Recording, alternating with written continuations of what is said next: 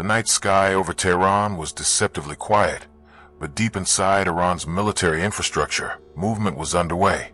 In the stillness, convoys of trucks rolled out of bases, headlights dimmed, engines muffled, carrying precious cargo that Western satellites would later confirm as missile units. To most citizens, it was just another night in a country accustomed to secrecy and sudden mobilizations. But to intelligence analysts watching from afar, this was no ordinary redeployment. The speed, coordination, and choice of timing suggested something far more deliberate, a test. For years, Supreme Leader Ayatollah Khamenei has thrived on strategic ambiguity, revealing just enough of Iran's military capability to unsettle adversaries, while concealing the true scale of his arsenal. But this overnight missile movement was different. It was overt enough to be detected, yet shrouded in enough uncertainty to raise more questions than answers. Was Tehran signaling defiance to Washington, probing Israel's resolve, or simply reminding the world that Iran's missile forces are alive, mobile, and capable of striking without warning? Whatever the motive, the message was clear. The Islamic Republic wanted the West to pay attention. And eerily enough, this development mirrored the warnings Donald Trump had repeated throughout his presidency, that Iran, like Russia, would exploit unpredictability and hidden systems to gain leverage on the global stage. Critics had once dismissed those warnings as alarmist, but as the latest intelligence poured in, they no longer seemed so easy to ignore. The sight of missiles on the move in the dead of night was more than a logistical maneuver. It was psychological warfare aimed at sowing doubt, hesitation, and fear. For decades, Iran's missile program has been one of the most secretive elements of its defense strategy, shielded by layers of propaganda, denial, and carefully timed reveals. The Shahab, Sejal, and Fateh missile families have all made appearances in military parades, usually accompanied by triumphant speeches about resistance and sovereignty. Yet, what the world rarely sees is how these weapons are stored, moved, and deployed in real-world scenarios. This sudden nighttime activity cracked that secrecy open, if only slightly, and exposed a glimpse of a strategy designed to keep Iran's enemies perpetually off balance. Unlike aircraft or tanks, missiles don't need to be deployed in large visible formations to matter. Just a handful, positioned in the right place at the right time, can change the calculus of war. And in Iran's case, mobility is everything. Fixed silos are vulnerable. Static bases can be targeted, but mobile units, especially when shifted under cover of darkness across Iran's rugged terrain, become ghosts. They can vanish into deserts, mountains, or urban sprawl, only to re-emerge when least expected. That is what makes them so dangerous. The West's satellites may capture images of convoys, but tracking them beyond it becomes a game of uncertainty. And uncertainty is exactly what Tehran wants. For Khamenei, this uncertainty isn't just a military advantage, it's a political one. Every time Iran moves its missiles, it forces adversaries to ask hard questions. Is this preparation for a strike, or merely a drill? Are the missiles headed toward hidden launch sites? Or are they being dispersed as a defensive precaution? Should the West respond aggressively, or risk appearing weak? This mental chess game drains attention and resources from Washington and its allies, while allowing Iran to set the tempo of escalation. And all of it feeds into Khamenei's broader strategy, to make Iran unignorable. The timing of this latest movement adds another layer of intrigue, coming amid heightened tensions in the Gulf, ongoing clashes in Syria, and the ever-present shadow of Israel's Air Force. The redeployment carries echoes of Cold War brinkmanship. But instead of nuclear trains rolling across Siberia, as in Russia's case, it is missiles on the back of trucks threading through Iran's highways under the cloak of night. And the parallel to Trump's earlier warnings could not be clearer. He often argued that adversaries like Iran would never challenge the U.S. head-on, but would instead use deception, mobility, and timing to throw Washington off balance. They'll come from where we're not looking, he said once. That phrase resonates chillingly in the aftermath of Iran's midnight maneuver. To understand why this matters so much, one has to grasp Iran's unique place in the balance of power. Unlike Russia or China, Iran doesn't boast a vast navy, air force, or cutting-edge cyber dominance. Its strength lies in asymmetry.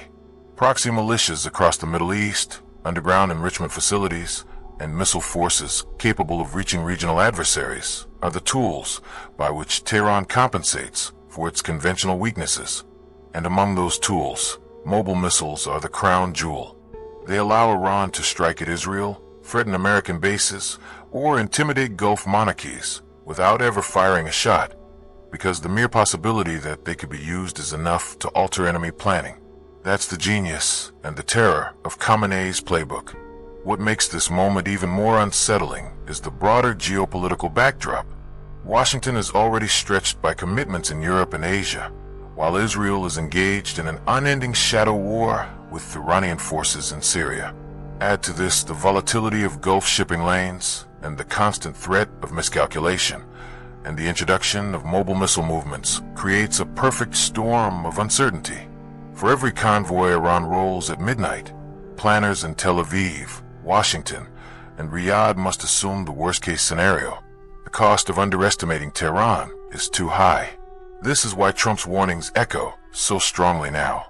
His critics focused on his blunt delivery, but the substance was often rooted in uncomfortable truths.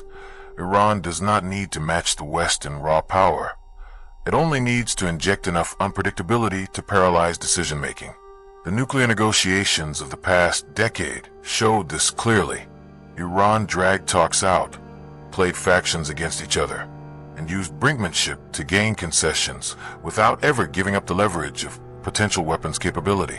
The missile convoys of today are a continuation of that same strategy, only sharper, more mobile, and more visible to the world. For the ordinary Iranian citizen, these movements may barely register.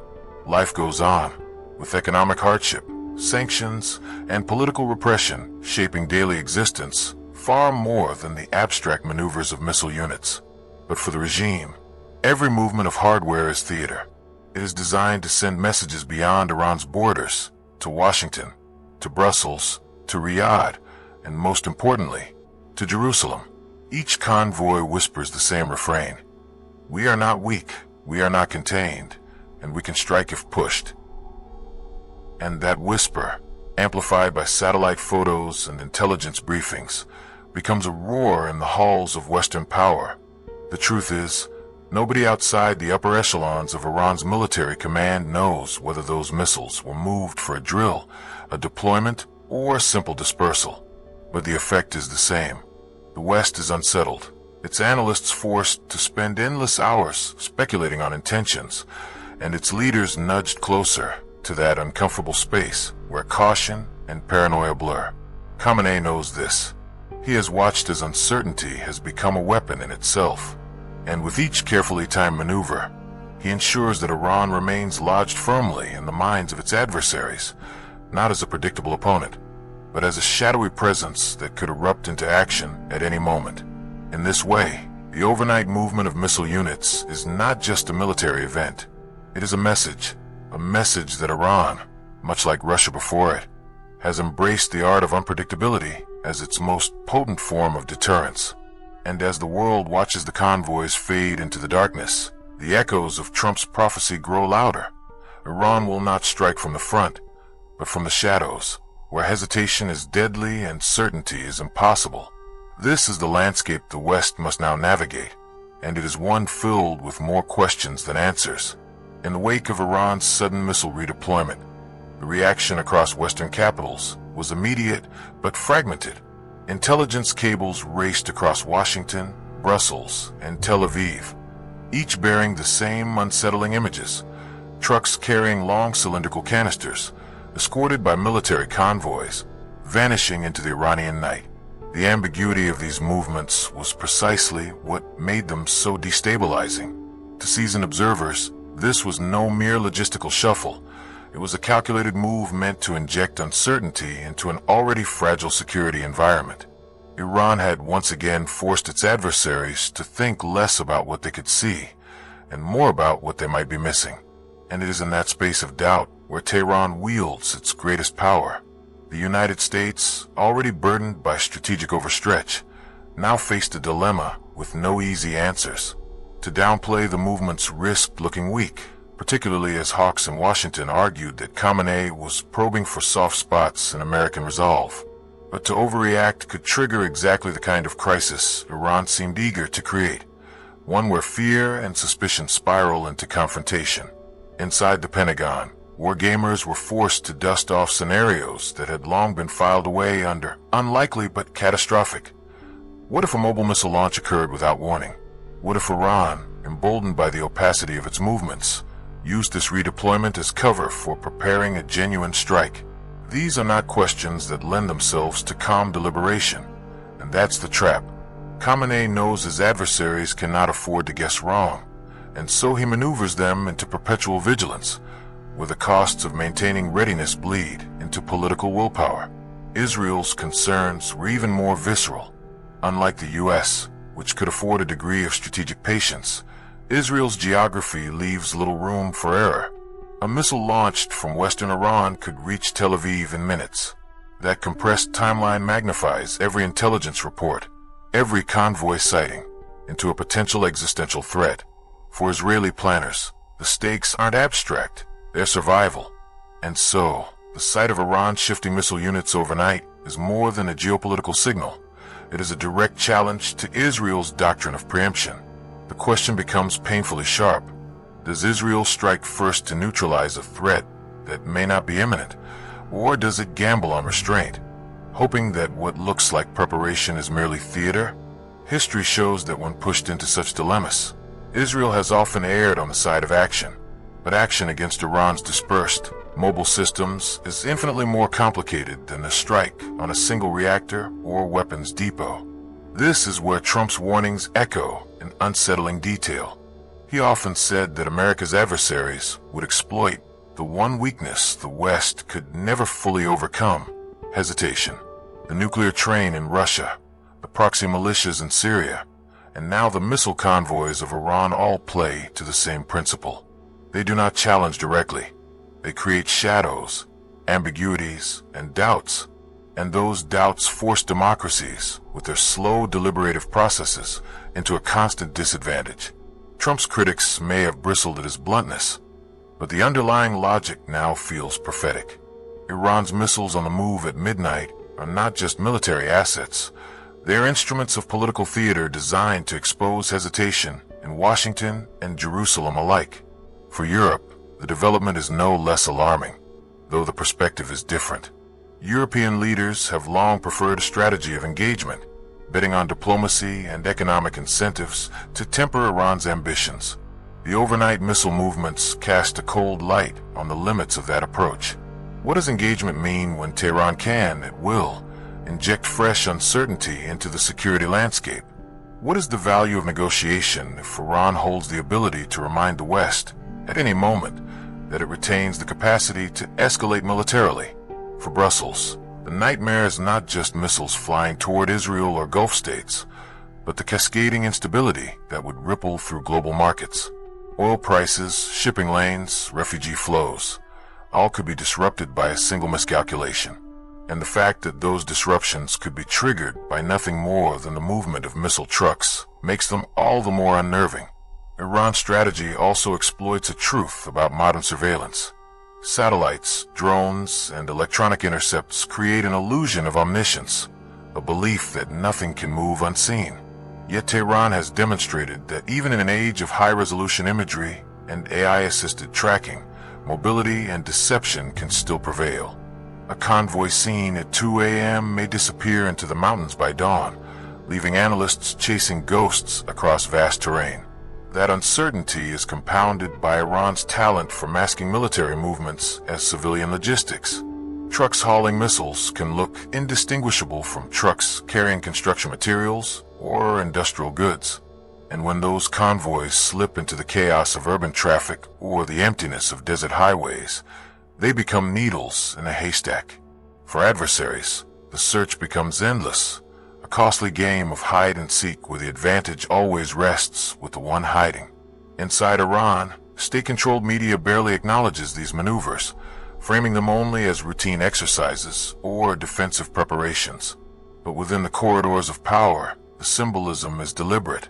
To Khamenei and the Revolutionary Guard, Every missile movement is a reminder of resilience, a signal that Iran remains unbowed by sanctions, strikes, or diplomatic isolation.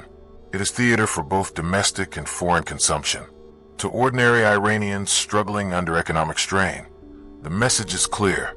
The regime is strong, its enemies are worried, and national pride rests on these displays of defiance. To adversaries abroad, the message is even clearer. Iran cannot be ignored, cannot be predicted, and cannot be easily contained. The psychological impact of such movements should not be underestimated.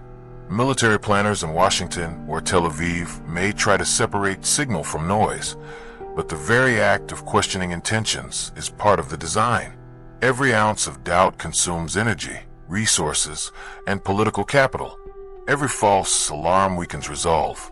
And in a crisis, a flare-up in the Gulf, a clash in Syria, or an escalation in Ukraine, the presence of Iranian missiles in motion could tip the scales toward panic. This is where the danger lies, not just in the hardware, but in the perception of what that hardware might be used for. There are those who argue that Iran's actions are defensive, a way to disperse assets in case of a preemptive strike. And perhaps that is partly true. But even if defensively motivated, the effect is indistinguishable from preparation for offense. That blurring of lines is what makes the situation so dangerous. Deterrence relies on clarity, the understanding that actions will be met with predictable consequences. Ambiguity corrodes that clarity, and Iran has mastered the art of weaponizing it. By moving missile units overnight, Tehran ensures that its enemies must always wonder whether today's movement is tomorrow's strike. And in that wondering lies the risk of miscalculation. The lesson, as Trump once phrased it, is brutally simple. America's enemies will not play by the rules the West expects. They will look for the seams, the blind spots, the moments of hesitation. Iran's overnight missile maneuvers are the embodiment of that philosophy. They are not just movements on a map. They are deliberate disruptions of strategic certainty. And as long as the convoys keep rolling into the night, the West will be forced to confront a chilling reality, that in the contest of nerves, Iran has learned to fight not with overwhelming strength, but with carefully calibrated shadows. In the tense days that followed Iran's sudden redeployment of missile units, the West found itself grappling with a question that has haunted every great power confrontation since the dawn of the nuclear age. How do you respond to a threat that is deliberately ambiguous? Intelligence agencies combed through every frame of satellite imagery, every intercepted communication, every rumor on the ground, trying to divine whether these movements represented mere posturing or the first steps toward something far more dangerous. And yet, the very act of asking that question is itself part of Tehran's strategy.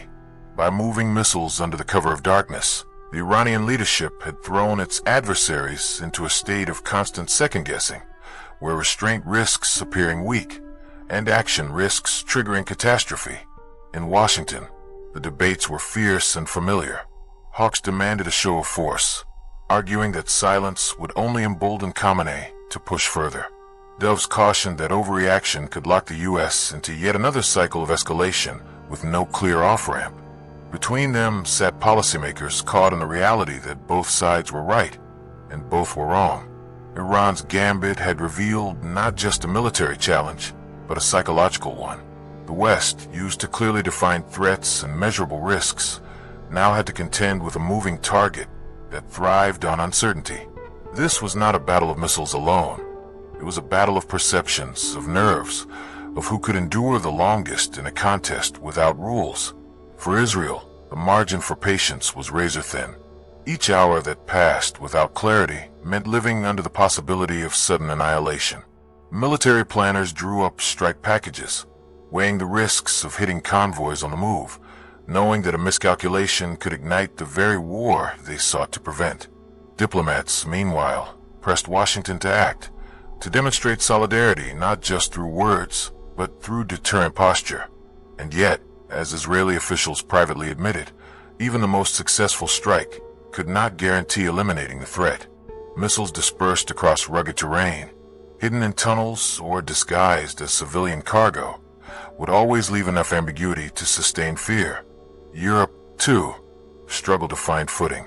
Leaders in Paris, Berlin, and Brussels urged restraint, fearful that a misstep could set the region ablaze and send oil markets into chaos.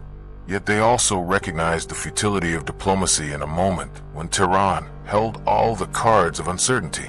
The European strategy of engagement had always depended on the assumption that rational incentives could steer Iran toward compromise. But missile convoys rolling under the stars suggested a different logic at play, one rooted not in compromise, but in confrontation managed just below the threshold of war. It is here that Trump's words from years past gain renewed weight. He had warned that America's enemies would exploit the blind spots, the seams, the places where Western assumptions failed to hold. He had said they would come through the side, the back, underneath, wherever we're not looking. Critics mocked the bluntness of that statement at the time, but the sight of Iranian missile trucks slipping unseen through mountain passes and desert highways felt like its literal embodiment. Tehran was not announcing its power through parades or tests. It was whispering its threat in the silence of the night, daring the world to notice and to decide what it meant.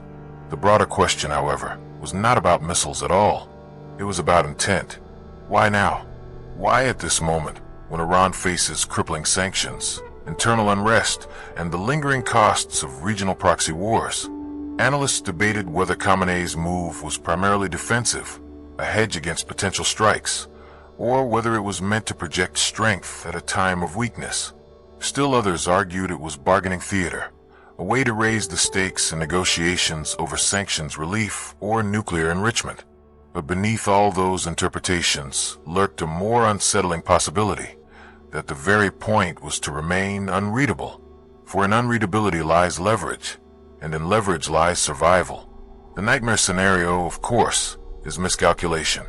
A U.S. drone spots a convoy that looks suspicious. An Israeli pilot mistakes a civilian truck for a missile carrier. A false alarm triggers emergency protocols. History is filled with such near misses, from the Cuban Missile Crisis to the 1983 Soviet false alarm that nearly led to global war. The difference today is that Iran has engineered ambiguity deliberately. It has built a system where every movement carries the potential for misinterpretation, where every convoy is both harmless and catastrophic until proven otherwise. In such an environment, the odds of a tragic mistake grow exponentially. And yet, for all the fear, Iran's strategy also reveals its own vulnerabilities.